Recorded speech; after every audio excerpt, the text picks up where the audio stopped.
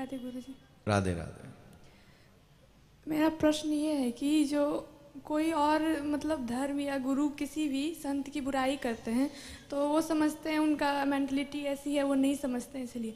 लेकिन अगर कोई व्यासपीठ पे बैठे हो, अगर वो भी जैसे कि आपकी बुराई करते हैं और वो भक्त भी हैं, तो हम उसमें क्या करें? उसमें उनको अगर हम कुछ कहते हैं तो एक भक्त की इंसल्ट होती है, और गुरु जी की बुराई हम कैसे सुन सकते हैं? और मतलब बहुत सारे ऐसे शिष्य मतलब गुरु भाई बहन हमको ऐसे मिले जो फर्स्ट दिन मैं कथा में आई थी तो कुछ माता और भाई लोग बैठे थे, तो वो कह रहे थे ना जो हम मतलब इनसे दीक्षा लेके गलती कर दिए, तो कुछ दिनों बाद है ना जो कुछ साल पहले कुछ लोगों का हाल हुआ है वही इनका होने वाला है। तो ये सुन के ये मैं कुछ नहीं कर पाई, मुझे बहुत बुरा लगा सुन के। तो इसमें रोने वाली और परेशान होने वाली बात कोई नहीं है। ये एक अच्छी बात हम सब हिंदुओं के लिए पता है क्या है कि हम लोग अपनों के अगेंस्ट भी अच्छा षड्यंत्र बना सकते हैं। जो व्यक्ति कोई अच्छा काम कर रहा हो उसके अगेंस्ट हम षड्यंत्र कैसे किया जाए, ये भी अच्छी प्लानिंग लोग करते हैं। और ये कलयुग है, यहाँ कुछ भी संभव है। पर मैं सिर्फ इतना कहूँगा, अगर आप चाहते हो कि आप अपने गुरुजन की निंदा न सुने तो जो व्यक्ति ऐसा करता हो उसको फॉलो न करें, उसे न सुने आगे फ्यूचर में। ये तो आप कर सकते हो कि अब उसे हम फ्यूचर में नहीं सुनेंगे। जब मम्मी पापा कथा में जाते हैं तो लेके गए थे, तो उनसे मिले जब हम, तो हम नहीं बताए जो मेरे गुरुजी कौन है। छोड़िए ना, वो सब चीजें समाज में होती रहेंगी। देखिए जब यहाँ राम जी भी आए थे ना तो लोगों ने सीता जी पे भी उंगली उठा दी थी, क्योंकि ये सारे लोग एक जैसे हैं, ये थिंकिंग रखना ही मूर्खता है। और हम तो ये कहते हैं कि अगर तुमको हम कह रहे हैं कि भगवान का भजन करो तो तुम वहां तक सीमित रहो।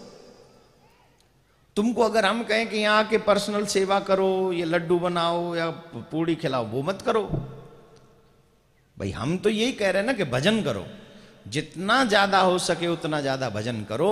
और जो लोग आपको धर्म के विरुद्ध बातें करते हो, आपके गुरुजनों के विरुद्ध बातें करते हो, ऐसे लोगों के कांटेक्ट में रहना ही नहीं चाहिए।